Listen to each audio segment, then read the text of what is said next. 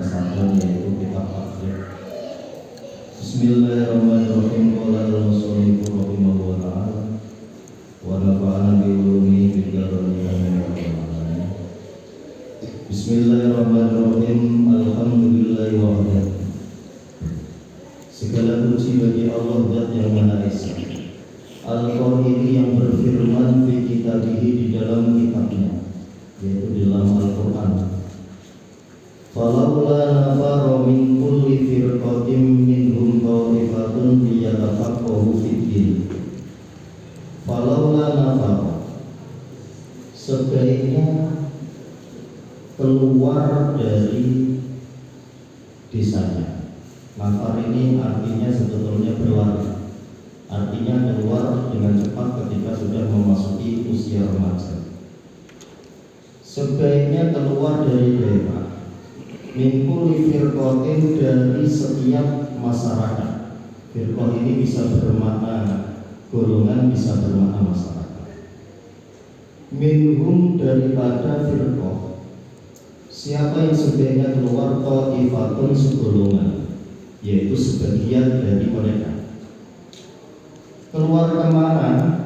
Liyatafaqahu, supaya mencari pemahaman ilmu agama,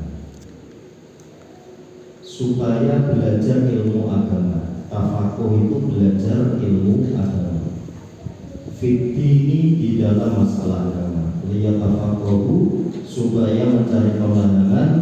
Siapa ta'ifatun, yaitu segolongan masyarakat, fitini, di dalam masalah agama.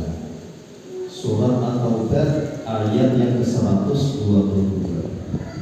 Ayat ini menunjukkan bahwasanya hukumnya fardu kifayah dari setiap masyarakat. Sebagian dari masyarakat itu terkena hukum fardu kifayah untuk keluar dari daerahnya supaya mencari orang alim, gunanya untuk belajar ilmu agama. Sekarang itu namanya mondok, ya, pesantren. Jadi setiap masyarakat itu mempunyai kewajiban. Salah satu dari mereka itu ada putranya atau ada anggota masyarakat itu yang belajar ke pondok pesantren supaya belajar ilmu agama. Ini terusan ayatnya, liyundiru qaumahum idza raja'u, supaya ketika pulang ke kampungnya itu bisa mengajari masyarakatnya tentang ilmu agama.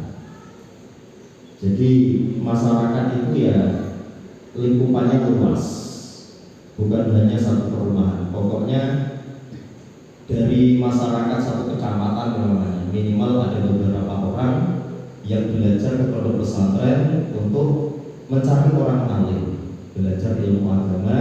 Nanti kalau mereka sudah betul-betul memahami ilmu agama itu dan kembali ke masyarakatnya masing-masing, mereka bisa mengajarkan agama kepada masyarakat. Ini hukumnya fardu kifayah. Artinya kalau satu kecamatan umpamanya nggak ada yang mondok sama sekali, kemudian masyarakat itu juga nggak mau berusaha mendatangkan orang alim, maka seluruh anggota masyarakat itu dihukumi maksiat kepada Allah. Nggak ada yang dipondokin anaknya, dan mereka nggak punya kemauan untuk mendatangkan orang alim untuk mengajari ilmu agama. Mereka dihukumi maksiat. Itu artinya fardu kifayah. Kalau salah satunya sudah ada yang melaksanakan, maka yang lain itu sudah menjadi gugur. Itu fardu kifayah. Seperti halnya mengurus mayit, itu fardu kifayah. Kalau ada salah satu yang sudah mengurus mayit, yang lainnya sudah menjadi gugur, itu fardu kifayah. Seperti halnya ilmu agama, itu juga fardu kifayah yang betul-betul mendalaminya. Tapi kalau untuk belajar ilmu yang sifatnya fardu, itu bukan fardu kifayah, tapi fardu ain. Setiap orang wajib belajar. Yang ilmu yang sifatnya fardu ain itu seperti apa? yaitu ilmu yang berhubungan dengan sah atau tidak sah sebuah ibadah, ilmu yang berhubungan dengan hukum halal dan haram yang berkaitan dengan kita setiap hari. Itu bukan fardu kifayah, fardu ain. Setiap kita harus belajar. Setiap kita harus belajar tata cara wudu. Itu bukan fardu kifayah, itu fardu ain. Setiap kita harus tahu tata caranya sholat, apa yang membatalkan sholat.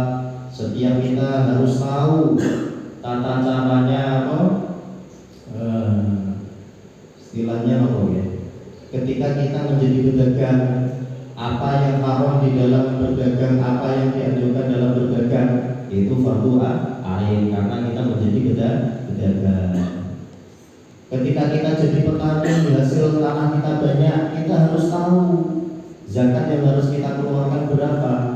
Nah, ilmu zakat itu bagi pedagang, bagi petani yang sudah mencapai nisab, itu hukumnya fardu ain. Itu yang dimaksud thalabul ilmi, mencari ilmu, itu fardhun menjadi kefarduan ala kulli muslimin, bagi setiap laki-laki Islam wa muslimatin, dan setiap wanita Islam, yaitu ilmu yang berkaitan dengan keseharian. Sedangkan ayat ini adalah konteksnya mendalami ilmu secara luas. Harus ada yang mondok supaya nanti kalau terjadi fitnah itu ada yang bisa menjaga. Contoh terjadi fitnah itu seperti ini. Apa betul wiritan setelah sholat itu hukumnya bid'ah? Nah, itu harus ada yang jaga. Itu fardu kifayah. Apa betul Allah itu bersemayam atau duduk di atas aras? Itu ilmu seperti itu fardu kifayah. Gak semua orang itu harus tahu. Nah, bagi orang awam gak harus tahu dalilnya, pokoknya mengikuti keterangan ulama. Orang awam itu gak wajib tahu dalil. Pokoknya dia itu tahu apa yang diterangkan oleh para ulama. Orang awam gak wajib tahu ayat dan hadis, karena itu ilmu yang rumit.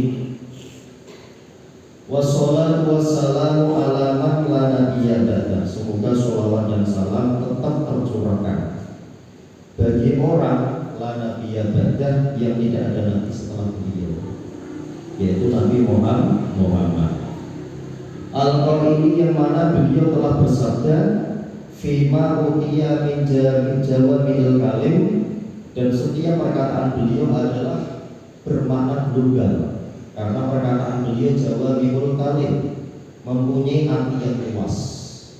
Satu kalimat artinya sangat luas. Itu ciri khas perkataan Nabi. Artinya setiap hadisnya Nabi itu mayoritas masuk ke alam ijtihadi, sehingga orang yang menafsiri hadisnya Nabi, dia tidak boleh mengklaim penafsirannya yang paling benar, karena maknanya universal. Makna hadisnya Nabi itu ijtihadi.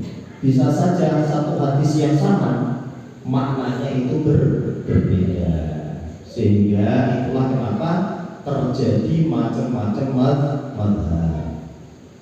Sumbernya adalah setiap sabdanya Nabi itu sifatnya jawami'ul kalim, yaitu kalimat yang mengandung multi tafsir saking sempurnanya, sehingga nanti di dalam mazhab Maliki dan dalam mazhab Syafi'i itu berbeda menafsiri hadisnya Nabi tentang menyentuh istri itu membatalkan sholat atau tidak. Hadisnya sama, ayatnya juga sama, tapi terjadi perbedaan tafsir. Nah, perbedaan tafsir itu meliputi daripada kaidah-kaidah bahasa yang berbeda, dan juga didukung banyaknya hadis yang berbeda. Kenapa para ulama itu di dalam mendukung satu hadis untuk menetapkan hukum, hadis-hadis pendukung itu berbeda. karena jalur periwayatan yang berbeda. Gurunya itu tidak sama jalur riwayatnya. Sehingga umpamanya ada satu hadis itu menurut Imam Tirmidzi sahih, belum tentu menurut Imam Baihaqi itu sahih. Kenapa? Karena jalur riwayatnya berbeda. Sehingga tidak semua juga hadis Sahih Bukhari dan Muslim itu bisa dijadikan istinbat, bisa dijadikan patokan hukum. Tidak semua hadis bisa dijadikan landasan hukum. Kenapa? Sesahih-sahihnya hadis itu masih menjadi bahan di dalam ijtihad, bukan di dalam final, di dalam penetapan hukum. Itu salahnya orang sekarang. Jadi sebuah hadis sahih itu masih menjadi bahan ijtihad, belum mencapai tingkat final di dalam ijtihad. Itulah kenapa Imam Bukhari sendiri itu mazhabnya Syafi'i, Imam Muslim sendiri mazhabnya Syafi'i. Jadi Imam Bukhari itu bermadzhab, Imam Muslim itu bermadzhab, dan mazhabnya Syafi'i seperti kita. Artinya Imam Bukhari itu tingkatannya hanya muhaddis, ahli hadis, bukan ahli fikih, bukan ahli mujtahid mutlak. Artinya seperti itu. Nabi bersabda, man yuridillahu bihi khairan, man barang siapa yurid yang menghendaki Allah, siapa Allah bihi kepada man, barang siapa yang dikehendaki oleh Allah khairan, menjadi orang yang baik. Khairan itu bisa bermakna baik, bisa bermakna bahagia, baik dan bahagia di dunia wal akhirah. Yufaqihu fid dini, maka Allah akan memberikan pemahaman kepada dia secara benar tentang ilmu agama.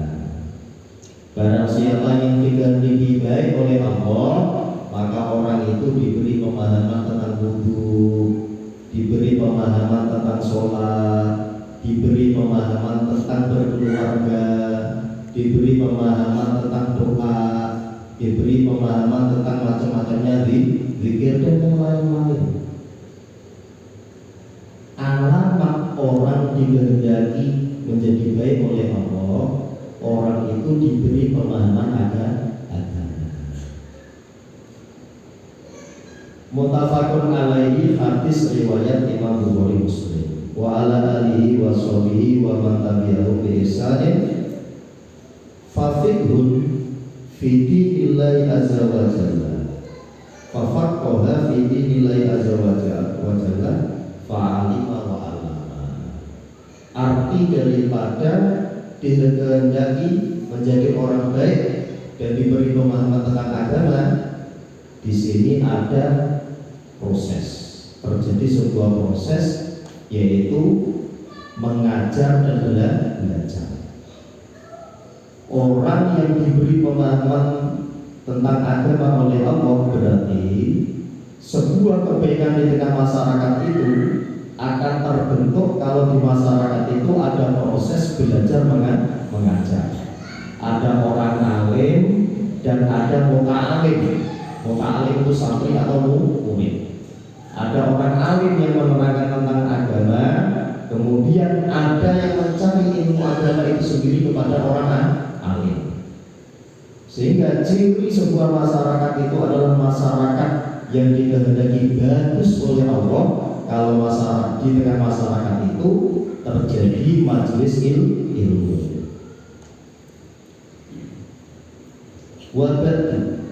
Dan setelah itu katanya Kiai Muslim, fa inna kitab matnul ghayati wa taqlid min khairi kutubil fiqh as-Syafi'i. Sesungguhnya kitab yang saya baca ini adalah sebagian daripada kitab fikih yang paling bagus di dalam mazhab Syafi'i. Kitab paling bagus di dalam bidang fikih dalam mazhab Syafi'i. Inilah kenapa kitab taklid ini yang saya baca ini menjadi pelajaran wajib di setiap pesantren, di setiap universitas Islam, termasuk di Universitas Al-Azhar Kairo, Mesir. Ini kitab wajib. Setiap pesantren mesti ngajarkan kitab ini, termasuk di Al-Azhar itu. Ini kitab nama aslinya adalah Matnul Ghoyah wa Taqrib. Ini merupakan kitab yang paling bagus di dalam bidang fikih dalam mazhab Syafi'i. Saklan kebagusan tersebut di dalam pengantaran kalimat. Sakal itu pengantaran kalimat. Wa madmunan, dan di dalam pengumpulan pembahasannya. Jadi diawali kitab Thaharah masalah sesuci, nanti dilanjut tentang masalah sholat, dilanjut tentang masalah puasa, setelah itu dilanjut tentang masalah zakat dan yang lain-lain. Madmunan, kandungannya itu bagus, kalimat-kalimatnya bagus, dan kandungan pembahasannya itu sangat bagus. Sehingga kitab Taqrib ini juga menjadi kitab rujukan utama di kalangan ulama dan pesantren, mulai dulu sampai sekarang. Fahuwa, adapun kitab Taqrib itu ala sigori hijrihi. Kitab ini apa ya? Penulisannya itu sangat singkat.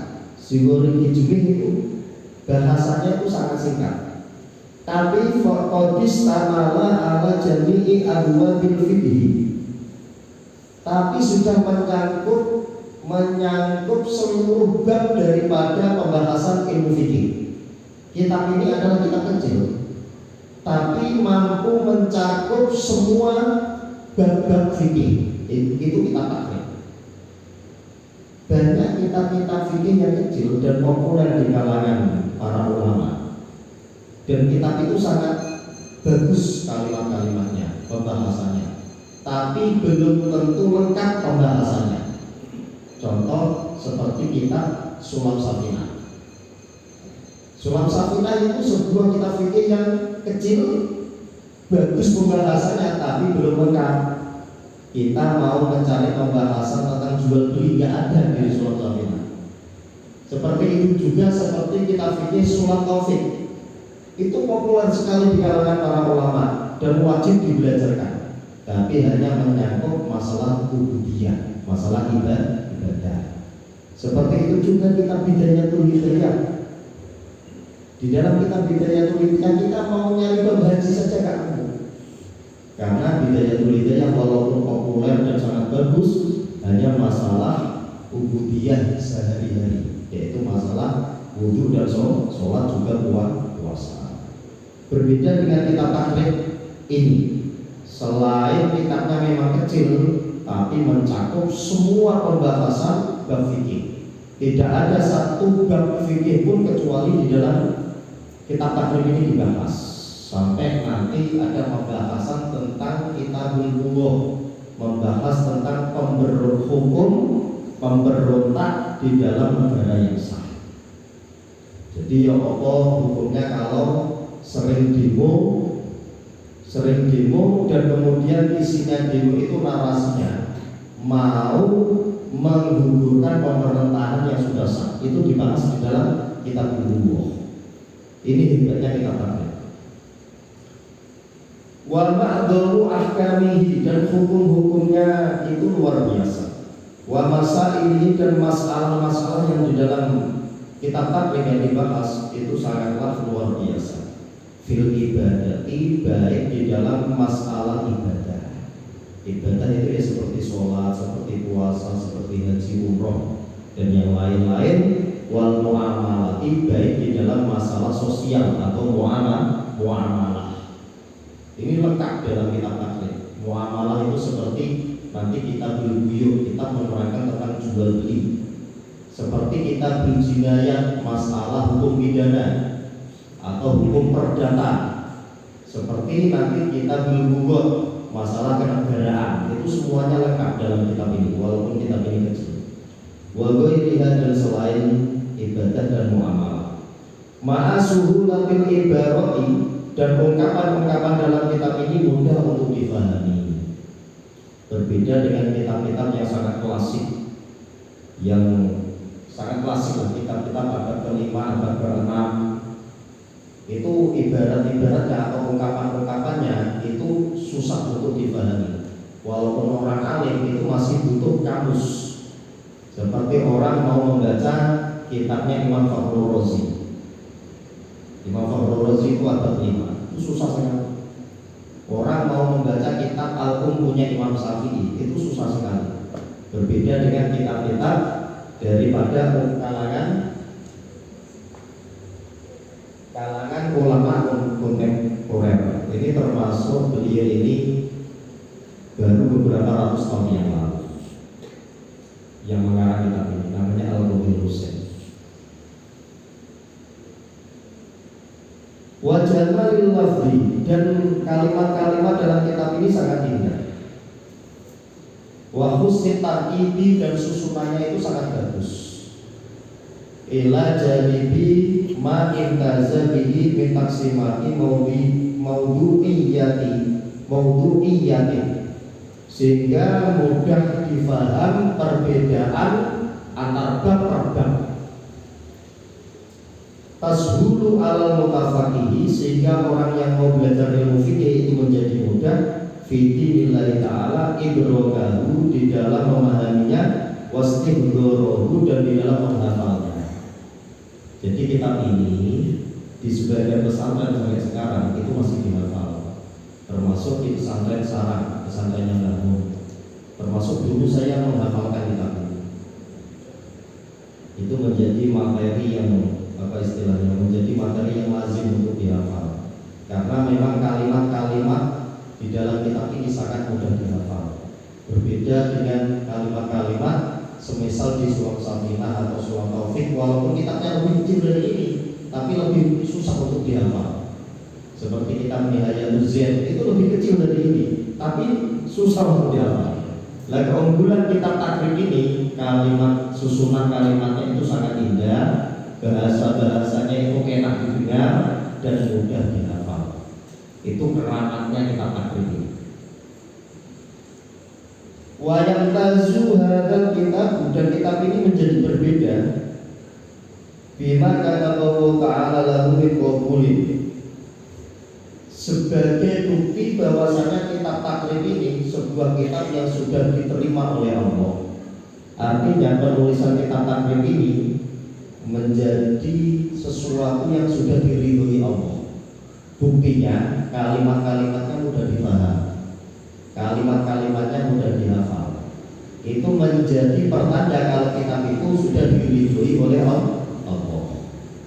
Jadi salah satu daripada pertanda atau alamat sebuah penulisan kitab itu diterima oleh Allah, bahwasanya kitab itu tetap dipelajari dari generasi ke generasi. Mulai era-eranya Mbah Khalil, Mbah Hasyim Asy'ari sampai periode modern, kitab ini tetap menjadi materi wajib di setiap pesantren dan setiap kalangan ulama di setiap negara di seluruh pelosok dunia, di Makkah Madinah termasuk. Itu menjadi pertanda bahwasanya kitab Takrib itu sudah diridhoi oleh Allah. Dan membaca kitab yang sudah diridhoi oleh Allah itu menjadi keberkahan yang tersendiri. Ketika kita membaca kitab yang sudah diridhoi oleh Allah, maka itu akan mendatangkan keberkahan. Amin ya rabbal alamin.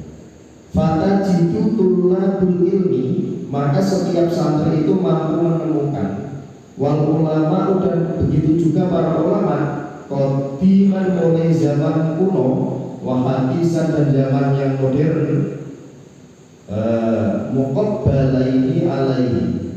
Setiap santri dan ulama secara generasi ke generasi mulai ratusan tahun yang lalu itu mereka menerima kitab ini darsan sebagai pelajaran, wa ta'liman, dan untuk diajarkan ke masyarakat umum, wa fahman, dan secara pemahaman, wa hifdzan, dan secara hafalan. Para ulama, para santrinya itu menerima kitab ini dan mudah untuk memahaminya dan mudah untuk menghafalnya. Wa idhofan, dan mudah untuk dijelaskan ke kalangan masyarakat umum. Wasarha artinya mudah untuk dijabarkan. Dan kitab takrib ini para jamaah itu ulama yang mensarainya, yang menjabarkan itu banyak sekali. Akan tetapi yang paling terkenal, yang paling banyak dipelajari daripada sarannya takrib ini di pesantren-pesantren itu sarannya Syekh Al-Ghazi. Beliau itu seorang syekh kelahiran Palestina, tanah Gaza. Sekarang Gaza. Dan beliau itu termasuk pembesar ulamanya Al-Azhar Kairo. Kitab beliau namanya Fathul Qorib. Itu sarannya kitab takrib namanya Fathul Qorib. Itu yang paling banyak diterima oleh para ulama. Jadi ini kitab matan namanya. Kitab matan itu kitab asli. Kemudian dijabarkan, maka kitab penjabaran yang namanya kitab syarah. Kemudian dijabarkan lagi namanya hasyiah. Lah hasyiahnya kitab ini, jadi tingkat ketiga nih hasyiahnya. Hasyiahnya kitab takrib ini itu yang paling populer itu ada dua. Yang pertama namanya Al-Bajuri oleh Imam Al-Bajuri.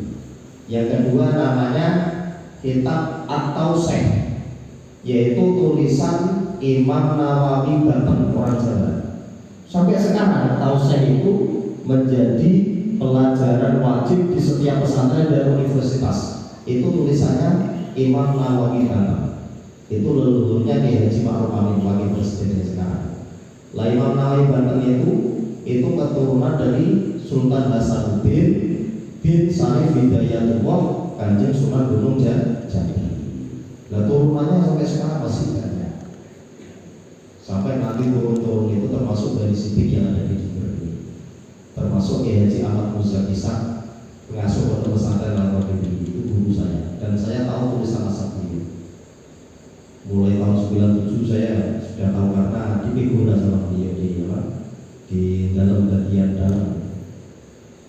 Dulu saya pernah sowan ke Kiai Haji Abdul Ghafur pesantren Sunan Derajat Lamongan Toba. Beliau itu cerita ke saya, Gus kulon itu nate kan Jember madosi sederek ilmu, tapi sederek apa? Sinten bayani? Dia Muzakir paket saya. Dulu ini ilmu, dulu pagi dengan kiai, pagi Gus. Pulau kan baru ini, jadi kan baru pulau belajar apa ayam telur. Bahaya Gofur itu selain dia juga pembisnis. Waktu itu tahun 99 saya bertemu dengan beliau. Beliau sudah punya rumah makan itu di Brunei Darussalam, kemudian di Singapura, sama di Sarawak Malaysia. Jadi artinya ulama-ulama kita itu bukan hanya masalah ilmu, tapi nasab dan itu ba'duhum min ba'din. Satu dengan yang lainnya itu saling terklarifikasi sambungan nasab dan sambungan keguruan. Itu sebagai bukti bahwasanya Al-Quran mengatakan dzurriyyatan ba'duhum min ba'din. Keistimewaan umat ini, jalur nasab dan jalur keilmuannya itu satu dengan yang lainnya itu saling nyambung dan terklarifikasi secara ilmiah. Wa faman wa hifdhan wa idohan wa sarhan. Walamma kana hadzal muhtasar qasiran. Ketika kitab muhtasar ini, yaitu kitab takrib, itu adalah kitab yang ringkas pembahasannya dan penulisannya ala dzikril ahkamil fiqhiyati, di dalam menyampaikan hukum-hukum fikih duna ta'arrudi li'adillatiha, tanpa mengemukakan dalil-dalil hadisnya. Wa tullabul ilmi al-yawma, sedangkan para pelajar hari ini, yaitu 300 tahun yang lalu, itu tahifu nufusuhum, mereka itu sudah ingin mereka para pelajar di 300 tahun yang lalu atau 400 tahun yang lalu itu sudah merasa dirinya itu lemah untuk cross check ribuan hadis ila akhdil hukmi asari muayyadan bidalilihi rogoban, maka para santri para pelajar itu lebih cenderung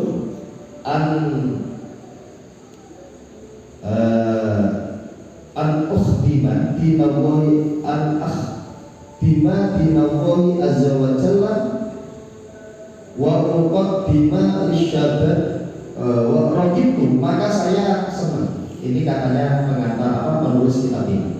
Dikarenakan para pelajar hari ini mereka itu sudah gak mampu untuk mempelajari sumber-sumber ilmu daripada ilmu hadis dan tafsirnya para ulama, ragitu, maka saya mempunyai kesenangan, kecintaan, katanya penulis kitab ini.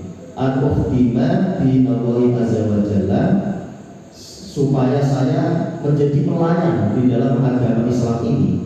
Wa uqaddima lisabail muslimi al-musaqifi, dan saya menjadi penggerak untuk para pelajar-pelajar muda.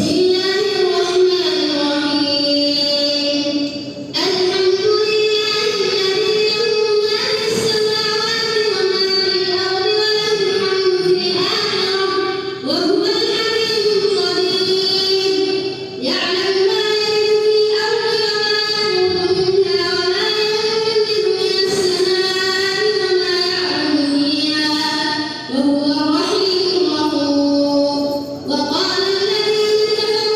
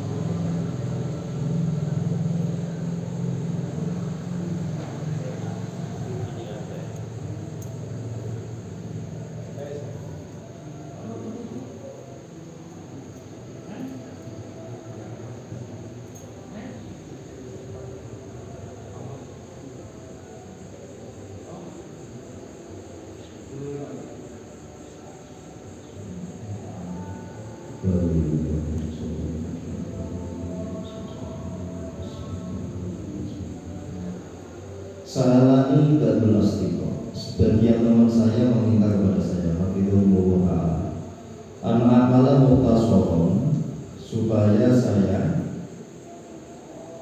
membuat atau menulis kitab yang ringkas fil fikih, di dalam bidang fikih, ala madzhabil Imam Syafi'i, di dalam madzhab Imam Syafi'i rahmatullahi ta'ala alaihi wa ridwan, fi ghayatil ikhtisari, secara seringkas-ringkasnya, wa nihayatil ijaz, liyaqruba alal muta'allimin, dan supaya para santri mudah untuk mempelajarinya, wa yashula alal mutafi fihi, supaya para pemula mudah untuk menghafalnya, wa al-muqsirafi minat-taqsimati wa haslul fisoli, dan mereka meminta saya supaya memperbanyak pembagian bab dan fisol daripada fikih.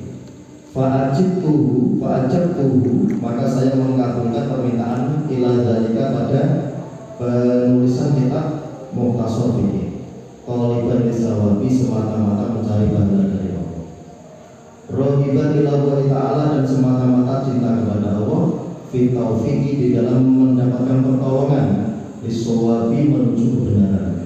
Innahu, sesungguhnya Allah, alama atas setiap perkara, yasa'u, yang kehendak Allah itu qadirun, Allah sangat kuasa, wa bi ibadihi, dan terhadap hamba-hambanya latifun, Allah itu zat yang maha lembut, khabirun, dan maha waspada. Ini kitab takbir. Pertama kali yang dibahas adalah kitab Toharoti, kitab menerangkan tentang toharo atau sesuci. Sesuci itu ada kalanya sesuci dari najis, ada kalanya sesuci dari hadas. Nah, najis itu ada kalanya najis yang ringan, ada kalanya najis yang berat. Begitu juga dengan hadas, ada kalanya hadas kecil, ada kalanya hadas besar. Kemudian ada yang namanya alat toharo. Orang mau sesuci itu pakai apa? Yaitu namanya alat toharo. Alat toharo itu satu-satunya adalah air. Jadi alat sesuci itu satu-satunya adalah air. Bagaimana dengan debu di dalam masalah tayamum? Tayamum itu tidak bisa mensucikan najis maupun hadas, sehingga orang itu nggak sah tayamumnya kalau niatnya menghilangkan hadas. Tayamum itu posisinya hanya untuk mendapatkan kebolehan sholat atau membaca Al-Quran, sehingga nanti orang tayamum itu niatnya gini, nawaitu tayammuma li ibadatis sholat, saya niat tayamum untuk mendapatkan kebolehan sholat. Jika ada orang tayamum niatnya lirofil hadasil asghar, tayamumnya nggak sah, sehingga nggak boleh sholat. Sehingga satu-satunya alat toharo, alat sesuci itu hanya air. Dikarenakan alatnya toharo itu air, maka kitab ini yang dibahas pertama adalah hukumnya air. Almiyahu, adapun beberapa air, allati yajuzu biha at-tadhiru, yang bisa dipakai sesuci, itu satu miyahin, ada 7 macam air. Macamnya air yang bisa dipakai sesuci itu ada 7.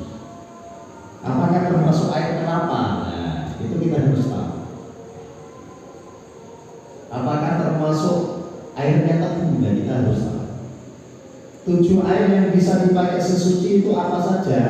Yang pertama, ma'us sama, yaitu air langit atau air hujan. Kenapa air hujan itu ditaruh yang pertama? Karena air hujan itu air yang paling bagus, air yang paling barokah, air yang paling jauh daripada status subhan. Gitu. Kita mau pakai air hujan nggak butuh izin kepada siapa, karena nggak ada yang mempunyai. Kita mau pakai air hujan mesti itu murni, nggak ada campur apapun. Berbeda dengan selain air hujan, mungkin campur karo batang, campur karo lumpur, campur sama apa saja. Lah air hujan ini yang paling bagus, sehingga air hujan itu menjadi obat. Ulama-ulama kita dulu itu kalau sakit itu obatnya malah mandi air hujan. Nah sekarang itu malah jadi penyakit kena hujan karena sudah polusi udara. Orang dulu dibilang polusi udara itu nggak percaya, sekarang sudah percaya karena membuktikan sendiri. Orang dulu kena hujan itu jarang sakit, malah sakit. Berbeda dengan air hujan sekarang. Ya kecuali mungkin di beberapa titik yang masih jauh dari polusi udara.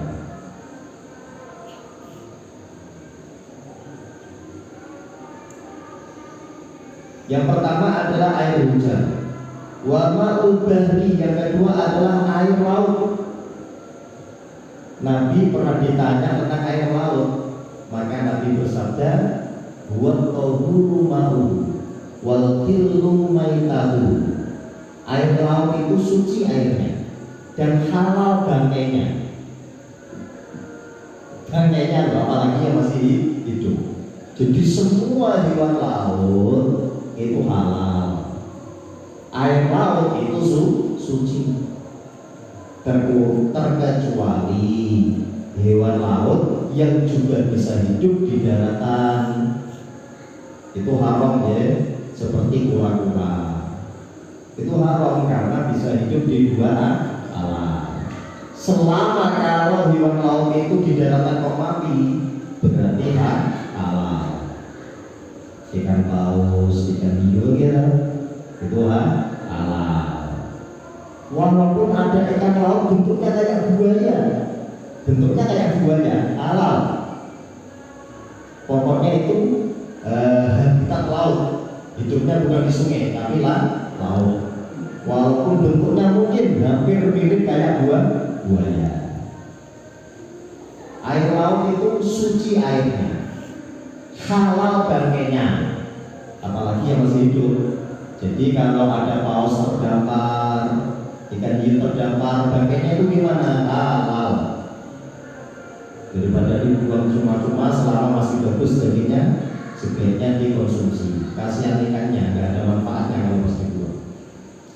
Yang kedua adalah air laut.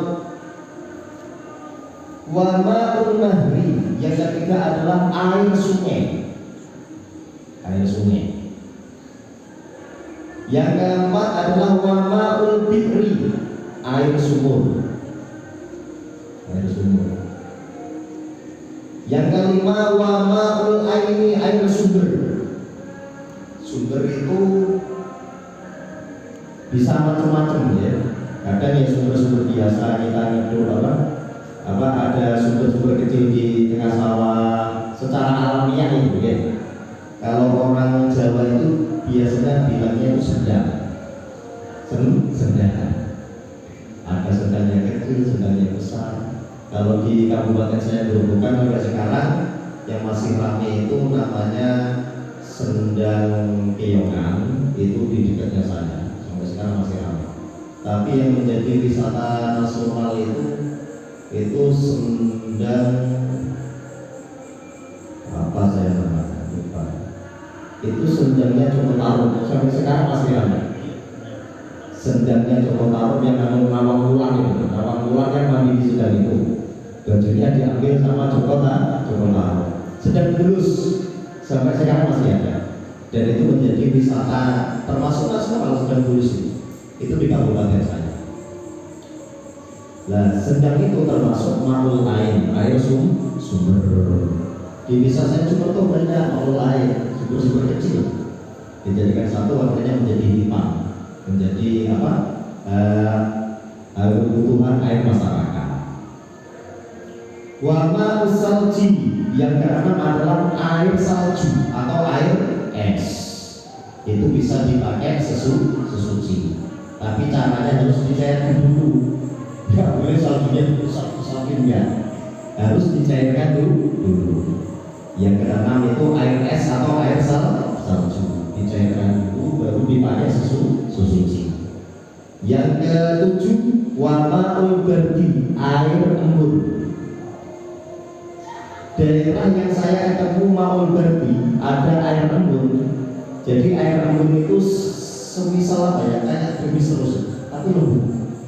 Saya di Sulawesi dulu ketemu ma'ul bardi air embun itu di Sulawesi Tengah, Provinsi Doli-Doli di Kabupaten Goa. Jadi kalau sudah jam 9 atau jam 10 malam, jangan macam tidur di depan rumah berasa semua. Itu kayak lembu gitu. Bukan gerimis, bukan kabut. Itu airnya lembu gitu. Terus tadi. Itu kalau naruh timba di depan rumah itu subuh-subuh itu sudah penuh gitu. Kemudian di Lampung itu di dekatnya Danau Rano, itu Lampung Barat, perbatasan antara Lampung dengan apa? Dengan Palembang. Itu ada danau besar sekali, Danau Rano namanya. Itu meliputi 2 provinsi danau itu. Dulu saya waktu lihat danau itu tak kira tahu. Lah sampai saya bilang, "Bukan Pak Ustadz, itu danau." Saya nggak percaya, saya cicipin itu apa ya? Tapi kayak apa itu? Nah di daerah Danau Rano itu ada air embun. Itu sampai jam 7 pagi itu masih gini kayak gerimis. Terus itu kalau kita ambil gini langsung nggak bisa, harus pakai timba. Saking lembutnya ini. Nah di daerah Jawa ini mungkin Ma'ul Barot itu di ketinggian tertentu, seperti di daerah-daerah Dieng atau Bromo atau Kabupaten itu mungkin ada Ma'ul Barot, tapi mungkin intensitasnya itu nggak setinggi di luar Jawa. Ini 7 air yang bisa dipakai sesuci. Yang pertama adalah air hujan, yang kedua air laut, yang ketiga adalah air sungai, yang keempat adalah air sumur, yang kelima adalah air sumber atau air sedang, yang keenam adalah air salju atau air es, yang ketujuh adalah air embun atau ma'ul barot. Semoga menjadi keterangan yang manfaat dan semoga majelis taklim kita ini bersama ridho dan ridhonya Allah tetap istiqomah, tetap diberi makmur oleh Allah, diberi barokah oleh Allah. Amin ya rabbal alamin. Wassalamualaikum warahmatullahi wabarakatuh.